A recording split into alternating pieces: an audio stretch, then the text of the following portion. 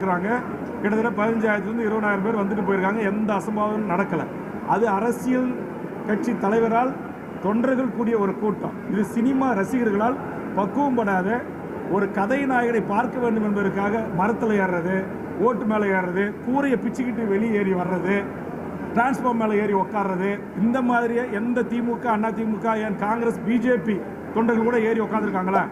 ஆக ஒரு அரசியல் கட்சி தலைவரால் கூட்டப்பட்ட ஒரு கூட்டத்திற்கும் ஒரு சினிமா நடிகரால் கூட்டப்பட்ட கூட்டத்திற்குமான வித்தியாசத்தை உணர்ந்து கட்டுப்பாடற்ற ஏற்கனவே எல்லா இடங்களிலும் மயக்கம் போட்டு விழுந்திருக்காங்க.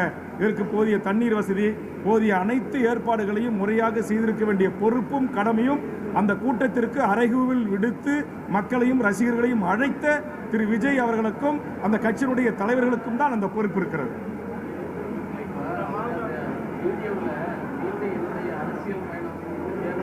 அதான் இது